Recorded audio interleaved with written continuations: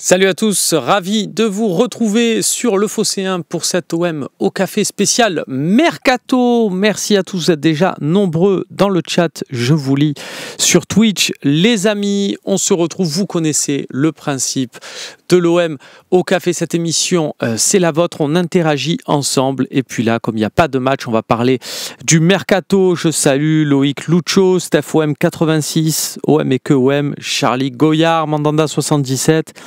Ah, il y a les habitués, Anthony du Morbihan qui s'est abonné à Prime, son 22e mois d'abonnement. Merci à toi, l'Aveyron, Esom, et là aussi Bayel qui nous dit un coucou de Washington.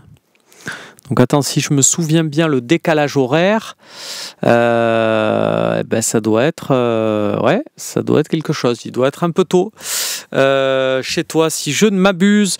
Salut à tous les amis. Nous allons parler de l'Olympique de Marseille. Tiens, regardez, petit focus. Je sais que vous ne me loupez jamais sur mes tenues. Eh bien, regardez, tac, Puma King. Voilà, nouvelle collection un peu. Alors vous savez, vous avez l'habitude, Nike fait ça avec Jordan. Ben voilà, là il y a Puma King aussi, la déclinaison. Je trouve ça très sympa, voilà, avec les bandes, avec des petits motifs, voilà, que vous voyez tout là.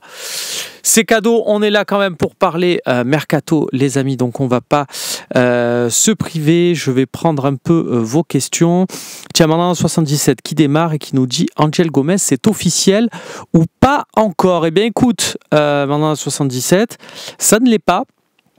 Mais il n'y a aucun problème. Il s'agit en fait de faire passer avant toute chose. Tu as un accord avec tout le monde. Tu as pourquoi tu as pu le faire avec CJ Egan Riley et pas avec Angel Gomez, c'est que voilà, il faut attendre pour Angel Gomez est venu passer sa visite médicale. Il faut attendre voilà certaines choses. Il n'y a aucun souci, c'est plus de l'administratif et quant à la disponibilité du joueur, mais il n'y a aucun doute sur le fait qu'il soit un joueur de l'Olympique de Marseille, même si on sait, tant que c'est pas réellement signé, on peut pas savoir. Et puis même si tu regardes bien, les Lillois, ils pensaient que Thauvin c'était un de leurs joueurs et finalement, bon bref, il peut toujours y avoir des choses, mais bon, écoute, non. Normalement, Angel Gomez, il n'y a pas de problème. C'est la nuance entre le 4 feux verts non officiel et 4 feux verts officiel du Phocéen. Mais quand il y a 4 feux verts non officiels, il en faut quand même beaucoup pour que ça ne soit pas un transfert de l'Olympique de Marseille. Je vous parle bien sûr avec le dialecte, vous en êtes habitué, du Phocéen. Bonjour, je retourne dans ma classe. Je vous souhaite une bonne journée. À bientôt, nous dit Alx. Ben écoute, à bientôt. Ben mets-le discrètement dans ta classe où tu pourras te faire tranquillement le replay, voilà, qui sera disponible sur le site, sur toutes les plateformes aussi. Tu en as l'habitude. Ouais, mais que OM, bravo, top le maillot. Et oui, ça fait 5h du matin pour Washington DC. Écoute, bon café à toi du coup. Hein, l'émission porte bien son nom. Chez Goyard, c'est c'est cette année la tenue, ouais, c'est une nouvelle gamme qui sort cette année et qui est disponible bien évidemment en boutique. Ouais, mais que ouais, Medina, tu as des news. Écoute, Medina, c'est dans les tuyaux. Moi, je te cache pas que, et on peut lancer un débat aussi là-dessus, 20 millions d'euros, je trouve que c'est cher. Je trouve que tu as peut-être moyen de faire baisser ce prix-là. Et pour moi, c'est pas une mauvaise chose. C'est-à-dire que j'ai pas besoin de recruter des joueurs début juin, tu vois, de dire le mercato, enfin même fin juin, enfin on s'en fout. Enfin tu vois, la saison elle va démarrer plus tard. Là les mecs ils sont en vacances, tu les fasses revenir on s'en fout. Moi je préfère que on prenne une semaine de plus pour les signer, mais qu'on puisse en obtenir le meilleur prix. Voilà, ça m'importe. Pour Medina, ce qui m'importe, c'est son prix. Pour Aguerd, ça bloque plus au niveau du transfert. On vous a fait un article là, sur le Phocéen, vous pouvez le consulter. Des infos qu'on en a sur Aguerd, c'est que pour l'instant, ça bloque parce que Aguerd, c'est un joueur Première Ligue. Voilà, c'est un joueur qui, avec ses bons résultats avec Rennes, est allé chercher un contrat en Première Ligue. Il ne veut pas changer et passer à autre chose que ce standard de joueur de Première Ligue. Je ne suis pas en train de dire que Nayef Aguerd est un mercenaire, que c'est pas bien ce qu'il fait. Pas du tout. Il a mérité, il a braqué personne, il a mérité ce contrat-là. Pour lui, s'il doit changer, c'est pour ça qu'il est parti à la Real Sociedad et que West Ham a payé une partie de ses émoluments alors qu'il était en Espagne, parce que c'est un joueur qui ne veut pas faire de concessions sur le contrat qu'il a signé. Moi, ça se respecte totalement. Sauf que le problème, c'est que si on prend stricto sensu son contrat de West Ham, l'OM ne peut pas s'aligner. Voilà. Donc l'OM peut peut-être trouver des compensations, lui proposer un engagement plus long, des bonus, des nanani. Oui, mais pour l'instant, c'est pas une solution qui fait dire à Aguerd, vas-y, go, je vais à l'OM. Est-ce que pour autant, ça veut dire, c'est une mauvaise piste? Est-ce que ça veut dire, Aguerd, faut qu'on oublie, il n'aime pas vraiment l'OM ou quoi que ce soit? Faut pas non plus... Moi, je veux dans mon équipe, et on a la chance d'en avoir, des mecs qui veulent vraiment l'Olympique de Marseille et aucun autre club, mais ça ne doit pas concerner tous les joueurs. Voilà. Je trouve que concernant Aguerd, des fois, tu as des joueurs, on va en parler, regardez la saison dernière, on a eu un mec qui s'appelle Mason Greenwood. Il n'est pas né avec la passion de l'Olympique de Marseille. Hein. On est tous d'accord là-dessus. Pour autant... On a fait l'effort de le venir, de lui faire des courbettes, de trucs, alors que c'était peut-être pas l'option principale dans sa tête à ce même moment de l'année, fin juin 2024. Il est venu à l'Olympique de Marseille, il nous a mis ses 22 buts et on est tous très contents. Donc voilà, j'ai envie de dire, ne faut pas pour autant enterrer la piste Aguerd ou y voir un mauvais signe. Mais par contre, il faut être conscient de ça, c'est que pour l'instant, l'OM ne peut pas s'aligner sur ce que propose tout simplement ce qu'il a actuellement. Voilà. Elle qui nous dit, on s'était vu en coup de vent. C'est vrai que j'étais passé par Washington il y a 6 ans maintenant. Et tiens, j'en garde un très très bon souvenir de ce petit séjour pour les Ligue 1 EA Games, si je me souviens bien, que l'OM avait bien sûr remporté. Un trophée de plus dans l'armoire. On rigole, évidemment. Nico Amskas, Noah Lang, c'est en bonne voie comparé à la concurrence. Écoute, oui, le problème, c'est que lui, il joue aussi une partition qui peut se comprendre, qui est de dire non, moi, j'ai pas spécialement envie de partir d'Eindhoven. Voilà. Parce qu'il y a d'autres départs. Eindhoven avait plus programmé le départ notamment de Johan Bakayoko, un peu plus jeune, international belge, qui devait partir pour la première ligue. Il lui reste qu'1 an de contrat. Donc c'est pas...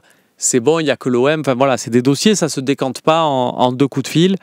Il faut être un peu patient. Mais c'est aussi pour ça qu'on est dans cette émission, les amis. C'est pour discuter un peu de tout ça et de voir un peu ce qu'il est possible ou pas. Nad nous fait souligner que Angel Gomez est sous contrat à Lille jusqu'au 30 juin. C'est pour ça aussi. Et j'annonce, les amis, vous allez la voir. Alors regardez, on va faire les choses dans l'ordre parce que vous connaissez l'OM au café, mais il y en a peut-être qui débarquent sur cette émission. On va vous afficher ici, juste derrière moi, le numéro. Si vous voulez nous appeler pour la 3e partie, vous n'hésitez pas. Le numéro, il va s'afficher. Il est là, le 04 86 68 24 67.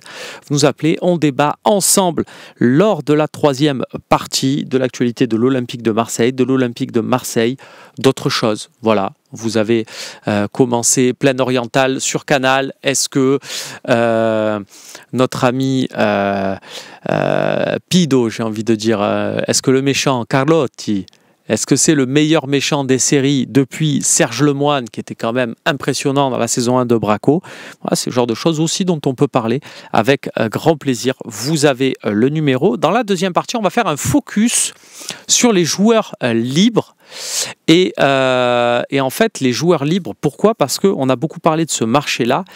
Et on va regarder un peu si il y a encore quelque chose à aller chercher pour l'Olympique de Marseille ou pas. Vous allez bien sûr me donner votre avis avec grand plaisir. Tiens, on me dit, c'est Mario Dessouti qui nous dit, en tant que journaliste, que penses-tu des nouvelles recrues de la communication du club? Écoute, on en voit des différentes et Et j'ai l'impression, est-ce que c'est pas chaque dirigeant qui se prend son chargé de communication? Pour l'instant, c'est l'image que ça donne de loin, mais c'est négliger un peu les gens qui arrivent avec forcément des idées, avec des plans. Ils sont pas. Moi, je ne crois pas, tout du moins au premier abord. Après, il faut voir dans les faits, parce que à l'Olympique de Marseille, il y a eu ça aussi. Il y a des gens qui arrivent. Moi, je suis convaincu, on ne m'explique pas juste que il est recruté parce que c'est le copain de lui et que lui, c'est le copain ou la copine de lui. Ça, moi, je pense que les gens qui arrivent, ils ont une ferme intention quand même de démontrer qu'ils ont des idées et qu'ils ont un programme à faire appliquer pour ce poste-là. Donc, moi, avant de dire ce genre de choses, j'attends que les gens prennent leur poste, surtout que ce n'est pas capital dans le fonctionnement de l'Olympique de Marseille, donc on peut tous un peu se détendre et leur laisser un peu de temps. Et on va regarder ce que ça donne à ce niveau-là. On va regarder ce qu'ils proposent, voilà, tout simplement. Ofana 83, t'as pris du muscle romain? On dirait non, absolument pas, mon ami. C'est peut-être la tenue qui me fit mieux, mais rien de tout ça, en tout cas pas à ma connaissance. Allez, on va lancer une petite coupure pub, la première, et passer ensuite à la deuxième partie. Il faut des joueurs qui veulent se battre pour l'OM. Écoute, je suis totalement d'accord avec cette observation. Nico Amskas nous dit, à 20-25, tu prends Ablin. Oui, mais ça veut dire qu'on a les capacités de mettre 20-25. Il faut voir quand même les modalités de paiement. Mais il y a un peu de bluff dans le truc de Kita. Kita, il sait bien s'entendre avec l'Olympique de Marseille. Donc voilà, faut pas tout prendre non plus au premier degré. Il joue un peu l'offusqué, mais derrière, il répond au téléphone. Ne vous inquiétez pas. Ouais, mais que OM pour toi, Medina ou Aguerd? J'ai envie de dire, je suis pas sûr que ce soit les mêmes. Après, en termes de...